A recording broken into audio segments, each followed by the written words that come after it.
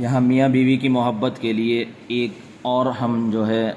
پہلے تو ہم نے وظیفہ ذکر کیا تھا ایک اور علاج کا، یعنی جو طریقے چل رہے ہیں اس میں ایک اور طریقہ ذکر کر رہے ہیں، لیکن یہاں ہم نقش بتائیں گے۔ اس سے پہلے ہم نے وظیفہ بھی بتایا ہے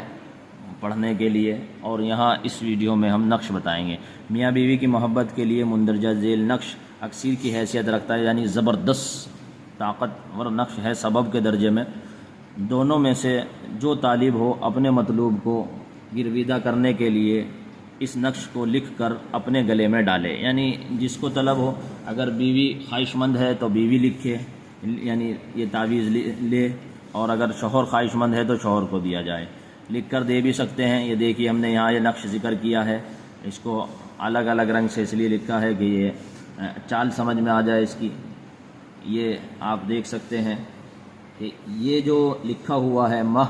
اور اس کے بیچ میں یہ اعداد لکھے ہوئے ہیں۔ بعض عاملین اس شک میں رہتے ہیں کہ یہ ہے کیا، تو بعض کتابوں کے اندر لکھا ہے، جو عملیات کی بڑی کتابیں ہیں اس میں یہ اللہ کا جو ہے یہ اسم اعظم ہے، اور یہ سریانی زبان ہوتی ہے، اس کے اندر یہ اللہ کے دو اسم اعظم ہیں۔ یہ نقش ہے، اس کی چال ہے، یہ اللہ کے نام ہیں اس کے اندر۔ نیچے فلاں بن فلاں، یہاں جو پہلے لکھا جائے گا جو طالب ہے، یعنی اگر بیوی یہ چاہتی ہے کہ شوہر مجھ سے محبت کرے تو پہلے اس کا نام لکھا جائے گا بیوی کا، بعد میں علی حب فلاں بن فلاں، اب شوہر کا نام اور اس کی ماں کا نام، یہاں بیوی کا نام اور اس کی ماں کا نام۔ اس طریقے سے طالب کا نام پہلے آتا ہے اور مطلوب کا نام بعد میں آتا ہے۔ طالب پہلے لکھیں گے، بعض یہ غلطی کر جاتے ہیں اور یہ تعویذ الٹا پڑ جاتا ہے۔ بہت سے عاملین پوچھتے ہیں، میسج کرتے ہیں، اور وہ کہتے ہیں کہ کس طریقے سے یہ حب کے تعویذ تو وہ بنا دیتے ہیں، لیکن نیچے انہیں نام کون سے کا پہلے لکھنا ہے کون سے کا بعد میں یہ معلوم نہیں ہوتا، اور پھر اس میں وہ غلطی کر جاتے ہیں۔ اس کا نتیجہ کیا ہوتا ہے کہ وہ تعویذ الٹا ہو جاتا ہے۔ جی ہاں،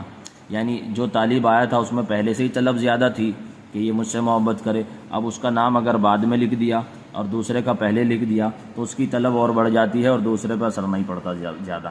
تو اسی لیے طالب کا نام پہلے لکھا جائے اور مطلوب کا نام بعد میں لکھا جائے، یعنی جو تعویذ لینے آپ سے آ رہا ہے اس کا نام پہلے لکھا جائے گا، اور جس کے لیے آپ دے رہے ہیں اس کا نام بعد میں لکھا جائے گا۔ امید ہے کہ عام طور سے یہ بات سمجھ میں آ گئی ہوگی۔